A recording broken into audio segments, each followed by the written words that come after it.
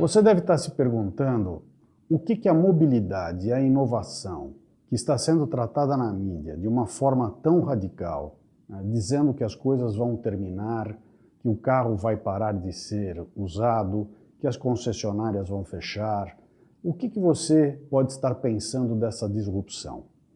Queria lembrá-lo para não se preocupar, porque as coisas acontecem no seu devido tempo. E para isso, eu vou lhe dar dois exemplos. O carro elétrico, por exemplo, ele representará 30% em 2030 de todo o mix produzido. O que significa? Que nós continuaremos a ter carros a combustão, carros híbridos, além de carros elétricos. Uma outra informação importante é concessionárias de veículos. Será que vai acabar a concessionária? Não, pelo contrário, ela adquirirá uma importância ainda maior, na medida em que ela vai se transformar numa unidade de compra, venda de produtos e serviços da mobilidade. Então, o importante para você hoje, ao me ouvir, será entender que haverá uma disrupção, que você precisa conhecer o que está acontecendo, principalmente se adaptar às novidades e aproveitar as oportunidades. Então, vem comigo.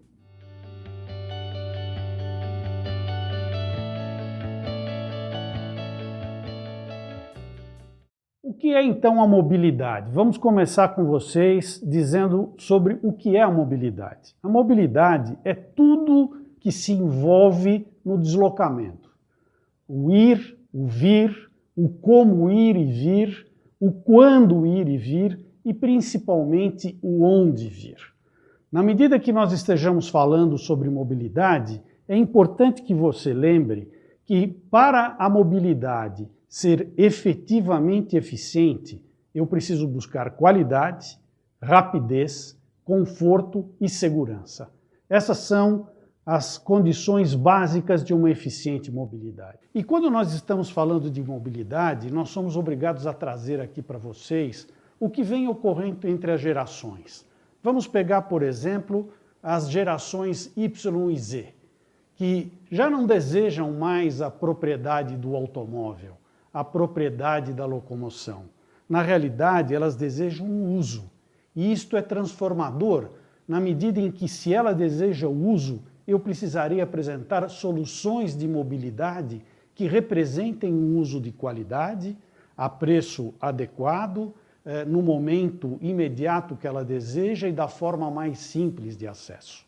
Veja você como essa transformação da mobilidade é ampla. Você já parou um pouquinho para pensar se você, sua esposa, seu filho já usaram um Uber, um 99?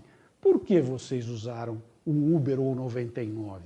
Exatamente porque eles representam uma forma de mobilidade fácil, acessível em termos de preço e principalmente adequada àquele momento que você precisa do uso. Mas eu quero lembrá-los que em breve vocês estarão usando muito mais alternativas além dessas. Nós estamos falando de alternativas que busquem cada vez mais um menor custo, uma maior rapidez, evitando o trânsito das grandes cidades e também pensando no meio ambiente e na poluição. Você já pensou em assinar um carro ou compartilhar um carro? A assinatura de um carro representa basicamente o uso dele, onde você não tem o licenciamento, você não paga o seu seguro, você não se preocupa com a manutenção, você simplesmente tem o uso dele, por um período determinado de tempo. Ou você pode, inclusive, compartilhar por períodos, por horas, por dias, do jeito que você quiser.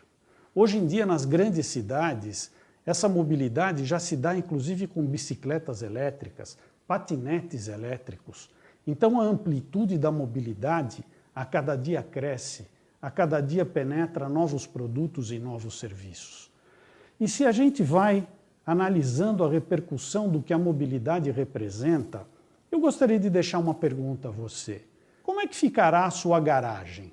Qual será a sua rotina de trabalho no momento de uma transformação da mobilidade desta maneira? Será que você precisará efetivamente de uma garagem grande para ocupar vários carros?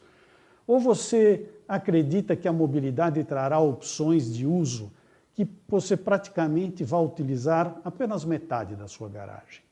Qual será a sua rotina de trabalho? Você já imaginou você indo com o seu veículo para o seu escritório, deixando ele estacionado por 6, 7 horas e perdendo eventualmente uma renda que ele poderia lhe dar ao compartilhar esse carro pelo período em que você está trabalhando e o seu carro sem uso? É exatamente isto que a modernidade da mobilidade serve. Eu não tenho dúvida que a sua garagem ficará ociosa e você já precisa pensar no que você fará com esse espaço. Assinar um carro significa focar no uso, mas ele não é a única solução. A mobilidade vem dando hoje inúmeras alternativas para que você possa utilizar o Uber, o 99, o carro compartilhado, alugar o seu próprio carro ou buscar por outras alternativas como a própria bicicleta e o próprio patinete elétrico. Por isso que eu chamo a sua atenção para que você fique atento, permanentemente atento na velocidade dessas opções. Porque a grande realidade do momento, a grande disrupção que nós vivemos hoje a nível da mobilidade e da inovação é que a velocidade é realmente muito rápida. As transformações são quase que imediatas. E se você não está atento, você pode perder grandes oportunidades. Vamos parar um minutinho e analisar, por exemplo, o carro elétrico, que tantos falam. E você sabe que o carro elétrico tem algumas características relevantes. A primeira delas é que ele é sem barulho. Você praticamente não ouve barulho do motor elétrico. E, ao mesmo tempo, ele é atrativo porque não gera poluição, ou é bem menos poluente que todos os carros a combustão. Mas eu deixo uma pergunta para você entender os desafios que a mobilidade, o carro elétrico e a inovação pode trazer para a sua vida. Como é que os cegos começarão a identificar um carro elétrico circulando na rua na hora que ele quiser atravessar a rua? Para você ter uma ideia da profundidade e da tecnologia necessária nessa disrupção, estão sendo desenvolvidos sons específicos dos motores elétricos para que um cego possa verificar a chegada desse carro elétrico próximo a ele. São transformações deste tipo que você precisa ficar atento no seu dia a dia. Até porque tudo está na palma da sua mão, no seu celular, de forma imediata, de forma transparente. A sua vida é seguida integralmente pelo celular e pela mídia social. A sua digital está aberta ao mundo. Os seus costumes, os seus desejos, os seus sonhos, hoje são compartilhados na nuvem com o mundo. Na medida em que você coloca suas fotografias no Facebook, no Instagram, no momento que você compartilha informações do que você gosta, do que você sonha, isto hoje está sendo utilizado pela neurociência, pelo neuromarketing e principalmente por todas as atividades comerciais que o cercam. Então, o que você efetivamente gosta, aqueles sonhos que você possui, estão traduzidos em cada informação que você leva para o seu Facebook, para a sua mídia social, para qualquer outra informação. Tudo será conhecido nos seus mínimos detalhes. E esta transparência, esta profundidade de informações, hoje é utilizada já com você todos os dias. Repare o número de e-mails, o número de mensagens que você recebe diretamente direcionadas a algo que você ou colocou instantaneamente ou espontaneamente, ou porque você indicou preferências ou desejos. Exatamente aqui nós precisamos trazer um outro ponto fundamental, a engenharia memética. Hoje nós vivemos de uma ferramenta chamada engenharia memética que talvez seja uma das grandes transformações de todo este momento de transição que vivemos. O que é exatamente a engenharia memética? Ela deseja estabelecer memes, que são informações que chegam a você através da sua memória de forma espontânea.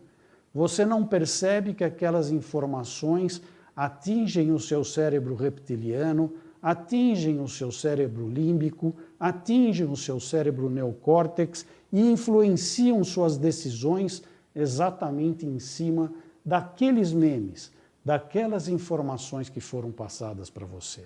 Elas serão colocadas no seu inconsciente e afetarão diretamente as suas decisões. Mas vamos, pela importância, falar um pouquinho da neurociência. A neurociência hoje nos prova de que esses 3 cérebros comandam as nossas decisões, principalmente o reptiliano, que é o nosso cérebro animal, é aquele que defende a nossa sobrevivência. E ele é funcional na medida em que os hormônios que são liberados no organismo podem provocar reações imediatas e decisões imediatas. Vamos dar a vocês um exemplo. Nós temos um hormônio chamado ocitocina, o chamado hormônio do amor, que é usado para a amamentação das mães no período pré-natal, natal das crianças recém-nascidas e já ainda em pouca idade. O que procura ao liberar ocitocina no organismo? Procura o aconchego, procura o vínculo, procura a aproximação entre as pessoas. E aí você pode me perguntar, mas qual seria então uma forma de nós podermos gerar ocitocina, seja no nosso cliente, seja no nosso companheiro de trabalho? Uma coisa extremamente simples, o abraço. O abraço é um dos meios mais eficientes de liberação de ocitocina no organismo. E isto fará com que você crie um maior vínculo, uma maior relação. Vocês devem também estar pela internet verificando hoje até novos métodos de cura sem remédios, onde a força do cérebro ativa e reconstrói células, sem que você tome remédio. Você quer um exemplo disso? Cada remédio testado na indústria farmacêutica é precedido de uma pesquisa com inúmeras pessoas e são divididos em 2 partes. Aqueles que tomam efetivamente o remédio pesquisado e aqueles que tomam o placebo. E muitas vezes, frequentemente, aqueles que tomam o placebo reagem quase que igualmente àqueles que estão provando a medicina, porque acreditaram que o placebo está efetivamente resultando em cura. E o que é isso? Senão o trabalho do cérebro em você poder reconstruir células e reconstruir fatos do seu organismo que provocam a sua cura. Vocês querem mais radicalização ainda desta disrupção? Olhem o carro voador. O carro voador já está à venda. Inclusive o Uber já tem um protótipo dele. E o chamado carro autônomo, que todos falam na mídia aberta, ele já está entre nós, na medida em que você, no seu veículo, tem a frenagem automática, o controle de velocidade, as câmaras dianteiras e traseiras que permitem você uma segurança muito maior, a velocidade automática na estrada. Nós estamos já no caminho do carro autônomo. Uma outra pergunta seria, como você irá ao trabalho? Será que você não irá ao seu trabalho lendo tranquilamente as notícias no seu celular? Ou na lente de um óculos de 3D? Ou de 4D, inclusive com sensações? E quando você chegar em casa e der ordem ao aparelhinho Siri, dizendo: Siri, acenda a luz, Siri, ligue a música, Siri, altere o volume, isto já é uma realidade dentro das casas. Aliás, existe um passo a mais desta realidade. Esses instrumentos hoje já reconhecem não só a voz, mas reconhecem inclusive os desejos desse cliente, pelo número de informações dadas ao longo do tempo. O que será de todos esses equipamentos? Na realidade, eles desaparecerão? É porque você já deve ter percebido ao longo da sua vida que o grau de obsolescência vem aumentando porque o tempo da inovação se torna muito rápido. E é exatamente por isso que eu insisto com vocês que fiquem atentos. Porque na medida em que vocês ficarem atentos, vocês perceberão oportunidades. E eu quero aqui fazer uma pergunta para a sua meditação. Você conhece o perfil de comportamento seu, da sua esposa, do seu filho, do seu companheiro, daquele que convive com você no trabalho? De modo a que você, ao compreender e conhecer este perfil, você possa efetivamente viver melhor, com mais qualidade, com mais felicidade, com mais integração? Por exemplo, existe uma ferramenta chamada SOR, que analisa o perfil comportamental das pessoas, que pode dizer com absoluta precisão o que você tem de graduação em termos de liderança, de domínio, de espontaneidade, de extroversão, de paciência e, inclusive, de ser detalhista.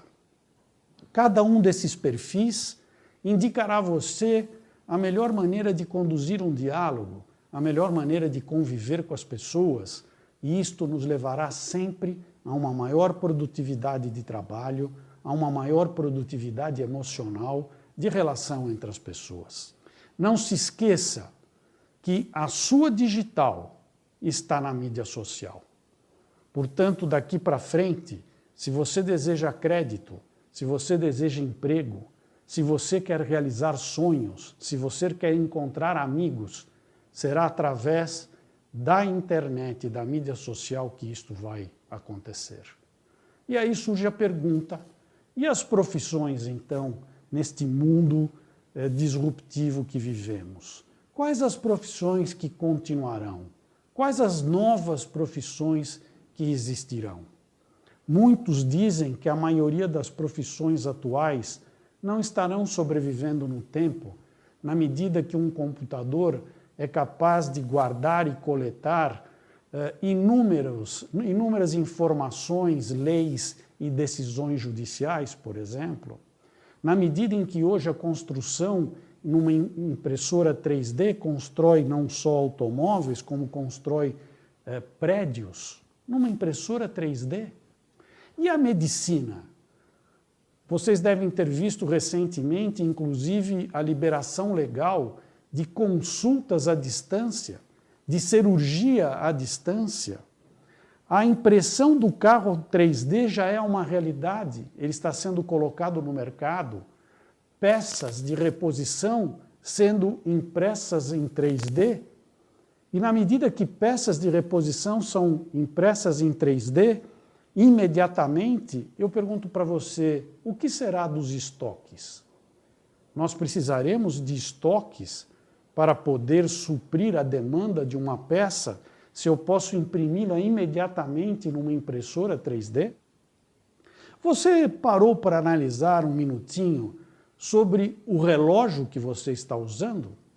Se você está usando um relógio da Apple, por exemplo, ele te informa o tempo, ele te informa a hora, ele te dá dados vitais, ele recebe e-mails, você atende o seu telefone pelo seu relógio, ele dá ordens verbais, uma verdadeira transformação em algo que era tradicional, você ter um relógio sempre bonito e diferenciado com você. Afinal de contas, tudo isso que estamos colocando a vocês é um verdadeiro tsunami de mudanças. E a pergunta que eu quero deixar para a sua meditação, você está preparado para o tsunami? Você está informado o suficiente para não só se preparar, enfrentar e transformar isto em oportunidades para a sua vida, para o seu trabalho? E a mensagem que eu quero deixar a vocês é que não tenha medo. Abra sua mente, abra o seu coração, mas haja, porque tudo será para melhor. O grande erro é você se omitir. Fique atento às novidades, vá se ajustando à modernidade. E você verá como essas transformações pode ser para cada um de vocês um enorme caminho, seja pessoal, seja profissional, ou seja até emocional. Que Deus os abençoe e muito obrigado.